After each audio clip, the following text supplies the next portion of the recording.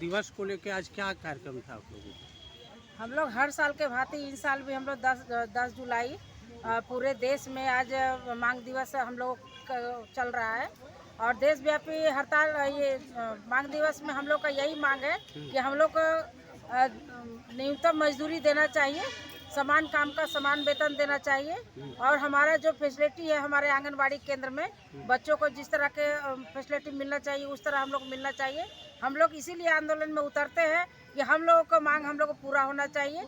हम लोग हर तरह का काम करते हैं, अभी बीएलओ का काम हम लोग कर रहे हैं। हम लोग को इतना मुश्किल किया जा रहा है कि हम लोग काम करते करते हम लोग सब बीमार पड़ रहे हैं। इसलिए हम सरकार से यही हम दरख्वास्त करते हैं कि हम लोग को बीएलओ काम से हटाया जाए और हम लोग इस काम से हम लोग नहीं कर पाएंगे क्योंकि हम लोगों का आंगनबाड़ी में बहुत तरह का काम रहता है। हम लोग आंगनबाड़ी से काम करते हुए भी हम लोग बीएलओ काम करते हैं और हम लोग बहुत दूर तक हम लोग इतना परेशान है इससे कि हम लोग को बीएलओ काम से हम लोग को हटना। आज उपायुक्त कार्यालय के समक्ष आप लोग जो है सो प्रदर्शन कर रहे हैं? जी, हम लोग आज प्रदर्शन कर रहे हैं और प्रतिवाद मार्च भी निकाले थे जी। कहाँ से कहाँ तक? हम लोग कोडरमा बाजार से देवी मंडप रोड जगह से हम लोग सीधे कोडरमा समारोह के यहाँ पास पहुँचे हुए हैं और हम लोग अभी DSW से और DC मैडम से मिलेंगे। हमारा जो मांग है वो हमारा पूरा होना चाहिए। कितना सूत्री मांग है आप लोगों का? हम लोग को 7 और वो मांग को हम लोग आज रखेंगे समक्ष में क्योंकि सरकार जितना भी राज्य सरकार हम लोग को मांग को पूरा किया था लेकिन उस पर भी अधूरा है अभी। तो हम लोग चाहें कि हम लोग को वो पैसा मिलना चाहिए, अतिरिक्त मानदेय हम लोग को रोका गया है वो मिलना चाहिए। तो हम लोग जैसे जितना काम करते हैं उतना हम लोग को वेतन नहीं मिलता है, इसलिए हम लोग को वेतन जिस तरह का काम है उस तरह का हम लोग को वेतन मिलना चाहिए। जी, ओर से पूरे देशव्यापी मांग दिवस रखा गया है। अच्छा, देश में सभी जिलों में जिला अधिकारी के माध्यम से हम प्रधानमंत्री को स्मार पत्र प्रेषित करेंगे। उसमें सबसे पहला है कि मजदूर विरोधी 4 श्रम कोड जो लागू किया जा रहा है उसको रद्द करने का मांग कर रहे हैं।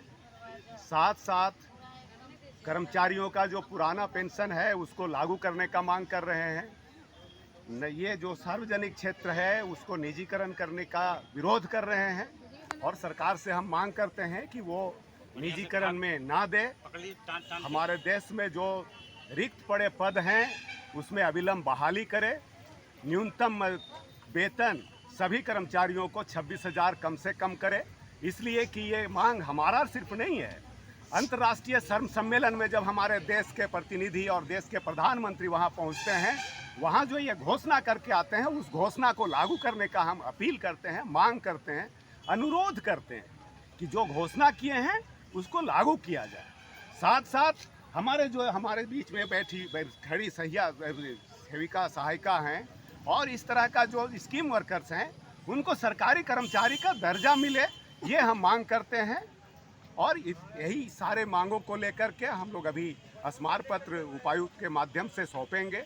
यही है मूल रूप से है कि पिछली मोदी सरकार जो थी उसने कोरोना काल में जो है वो मजदूर विरोधी लेबर कोड लाया था, जिसके अंदर जो है लोगों को हड़ताल करने का अधिकार, धरना का अधिकार, सरकार के खिलाफ बोलने का अधिकार, ये सारे अधिकार जो है उससे ख़त्म हो जाएगा। इसलिए वो जो लेबर कोड है, 4 लेबर कोड है, उसको अविलंब वापस लिया जाना चाहिए। और देश का मजदूर वर्ग ने इस मोदी सरकार को एक बड़ा झटका दिया है क्योंकि बहुमत नहीं आया है, उसमें मजदूरों का एक बहुत बड़ा रोल है। अगर आने वाले दिनों में जो मजदूरों की मांग है, लेबर कोड को वापस लेना, न्यूनतम वेतन 26,000 करना, जो तमाम सार्वजनिक संस्थाओं का रेल हो, बैंक हो, बीमा हो, स्टील हो, इसका जो धड़ल्ले से निजीकरण हो रहा है और देश के अंदर जो बेरोजगारी बढ़ रही है उस पर अगर रोक नहीं लगेगी और जिस प्रकार से महंगाई बढ़ गई है, महंगाई में चाहे वो सब्जी का दाम हो, मसाले का दाम हो, चावल दाल हो, हर चीज़ों का दाम जिस प्रकार से आसमान छू लिया है और लोगों का, आम आदमी, नौकरी पैसा से लेकर मजदूर वर्ग तक का जीना मुश्किल हो गया है। अगर ये सरकार ये तमाम चीज़ों पर विचार नहीं करेगी तो ये CITU और तमाम CITU से जुड़े हुए यूनियन जो है आने वाले दिनों में उग्र आंदोलन के लिए बाध्य होगी और ये आंदोलन तब तक चलेगा। मोदी सरकार को एक धक्का दिए हैं, आने वाले दिनों में सरकार को उखाड़ फेंकेगा ये मजदूर वर्ग।